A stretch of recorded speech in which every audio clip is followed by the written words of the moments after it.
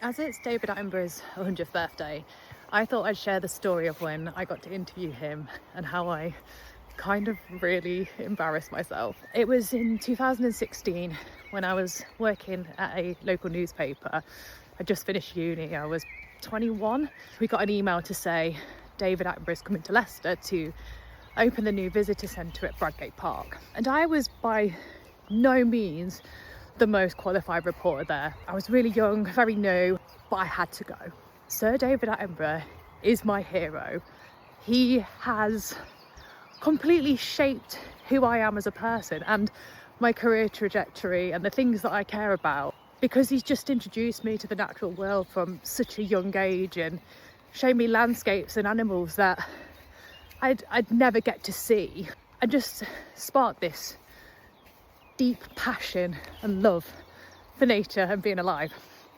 So I knew I had to go. Everybody, by some miracle, agreed to let me go and interview Sir David Attenborough. So I'm stood waiting at Bradgate Park and my stomach is just doing somersaults. He gets out the car, I see him, and I'm pretty calm. I'm like, okay, this is cool, but I'm calm. And then he speaks and I hear his voice.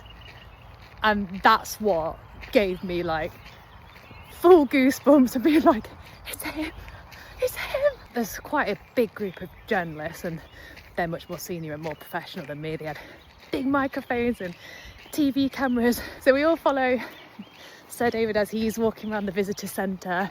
He's meeting with some like official people that are involved with it. But before we start the interviews, there's two little school children there. He gets down on his knees to interact with them and have photos. I'm pretty sure he just had a knee operation the year before and it was just magical. They say, right, David, it's time for interviews, and they kind of prioritise interviews based on like the biggest news outlet there, and of course I was bottom of the list and there was a time period for doing this and everybody's getting their interviews. I keep getting pushed back and I just think it's not going to happen. However, I get to interview him.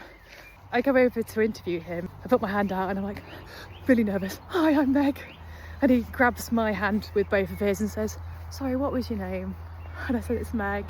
He says, it's really nice to meet you, Meg. I ask him my list of questions and I'm pretty sure they're just about the visitor centre and how important it is to engage people with the natural world. And then I have one last question. What's your favourite British wildlife animal? And in my defence, I wasn't the birder that I am now. I didn't probably know many British birds other than a pigeon, maybe a crow. Anyway, just that's the context. So I said to him, what's your favourite British wildlife animal? And David says, oh, it'd have to be a tit. The laugh that came out of my body was insane. It was just a reflex. I just heard the word tit and laughed. Super embarrassing. Managed to, well, what I thought, reclaim my cool. Thanked him for his interview. My dad dropped me back off at the newspaper office. No word of a lie. I had to lie under my desk for 20 minutes. I was just so overwhelmed and just kept saying, I can't believe I just laughed when Sir David Attenborough said tit. Obviously, it's not the interview adult Meg would like to have given. There's so many things I would love to sit and talk to him about, but so memorable and funny. And people say don't meet your heroes. I'm so glad I met mine. He is the most magical human being, and I'm just so thankful that he has shared his love and knowledge of wildlife with us all. And one of the reasons I'm posting like wildlife videos is because I said it to my friend the other day. I was like, I want to be like a tattooed version of David Attenborough.